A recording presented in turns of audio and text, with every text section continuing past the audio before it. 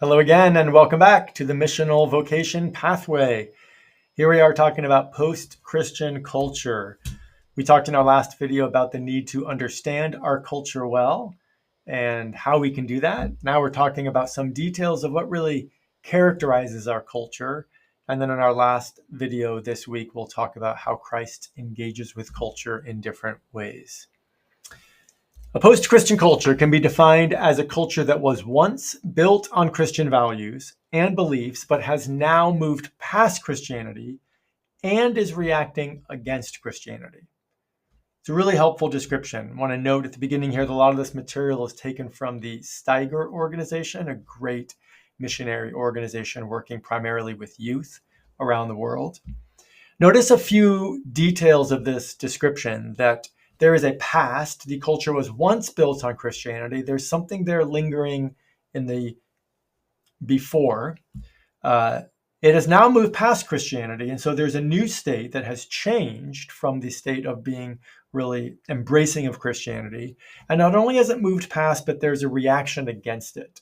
There's a hostility towards Christianity. We're going to talk more about how each of those factors play in. So it's helpful to see three different types of cultures in regards to Christianity. The first would be a pre-Christian culture.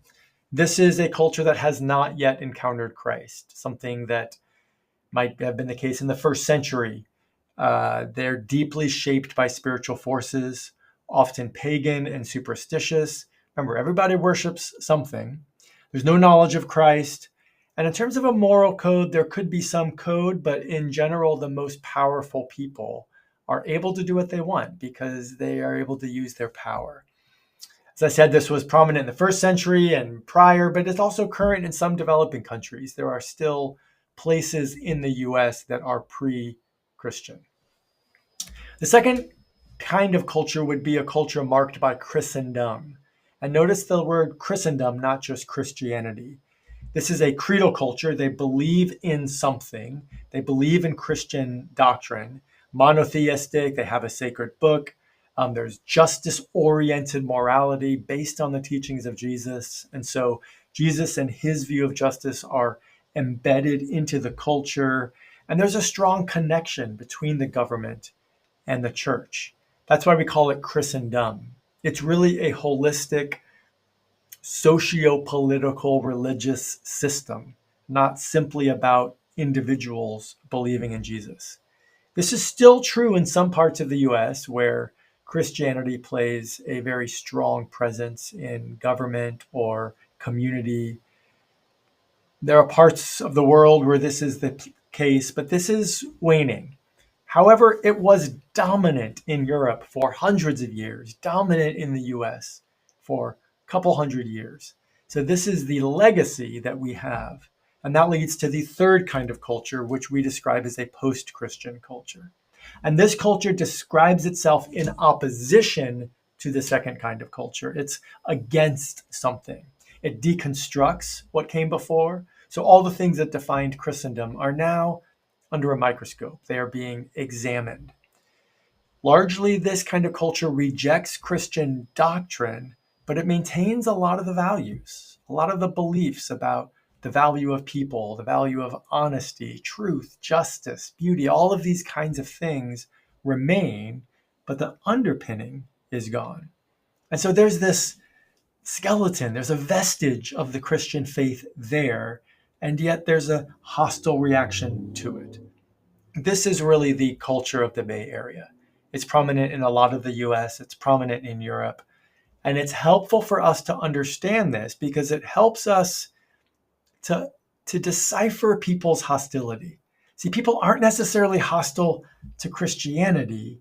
It's the whole culture that's reacting to something that came before. And they want the good from Christianity. They want the kind of life that Christ offers. Here's how Mark Sayers describes it. He says, a post-Christian culture wants the kingdom of God without the king. They don't want organized religion. They don't want to go to church. They don't even really want Jesus, but they want the kingdom. They want peace and joy and love and patience, all of that. A few observations to make about a post-Christian culture. First is that secular people have become suspicious of religious institutions and are far less likely to come to a church event. So it's not just that church is neutral, church is actually viewed as dangerous by a lot of people. At our church, we host a Halloween trunk or treat, and we've heard stories from people in our congregation when they invite their neighbors say, I don't want to set foot on a church campus. There's this built-in hostility to even anything related to religion. Second observation is that secular people today do not have the same assumptions as previous generations.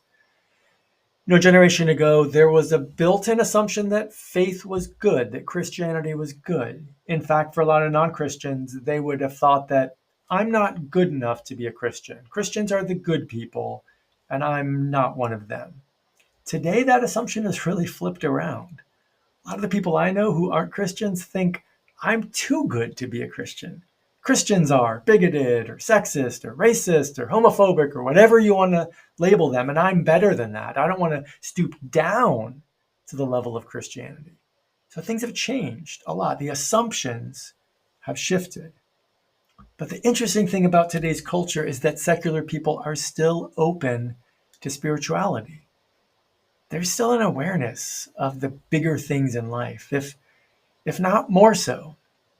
Many of us have observed that in the years following COVID here in the Bay Area, there is a deep openness to spirituality, that things are bigger than we realize and that there could be opportunities for life that surpass the material and what everybody's trying to sell.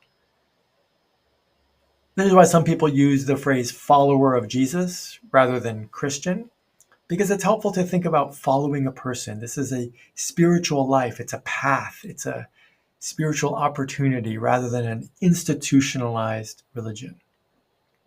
So these are observations about post-Christian culture. And the other big thing to notice is that our culture today, as a post-Christian culture, is driven largely by what sociologists have called a global youth culture.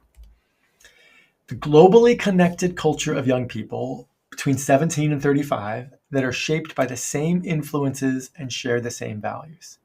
This is an incredible sociological development that teenagers in Palo Alto, teenagers in Omaha, teenagers in Moscow, teenagers in Sao Paulo, they're all watching the same TikTok and YouTube and listening to the same music and know the same memes. The culture of the world is really converging into some kind of almost homogenous culture. And that drives a lot of what's going on. People are influenced by the same voices. A few things to recognize is that the key influences of this global youth culture are the entertainment industry, movies, music, all those kinds of things. Internet influencers, people on TikTok, people on YouTube, people on Instagram. These people have such a loud voice in the lives of young people. We cannot underestimate that. Video games have a tremendous influence. Gaming has become a huge part of life for so many people. And the kinds of themes and the kinds of ideas and the kinds of quests that are presented in video games are shaping people. And finally, pornography is rampant. And pornography drives a lot of understanding of sex, sexuality, of relationships. These are the influences that are shaping our global youth culture. And they're all built upon very similar philosophical pillars. So secularism is rooted. There's nothing about institutional religion. Everything is completely devoid. Everything's relative. Relativism offers the idea that everybody's morality is different. It's up to you. My experience is central. And that is very true for young people. Acceptance is the most important thing. People have to be accepted. And diversity is critical. We want different people. We want everybody to be unique. And if you look like the person next to you, find a way that you're unique, or change the way you look, or whatever it is. These are some of the philosophical pillars that form the foundation of the global youth culture. And the trends then are that a lot of youth are confused. A lot of them are sexually broken. A lot of them are lonely and anxious. This describes people so much, describes people in our workplaces. They don't often come to work presenting that, but if we understand our culture and we know what's going on, we can assume that a lot of these things are there beneath the surface. And as we listen and relate to people and engage, we can gain trust and the opportunity to really learn what's going on in people's lives. To conclude, I would suggest that a different kind of culture needs a different approach in order to represent Christ. We need to change the way we present Christ in order to be connecting to people. We don't change who Christ is, we don't change the message of the gospel, but we change our method.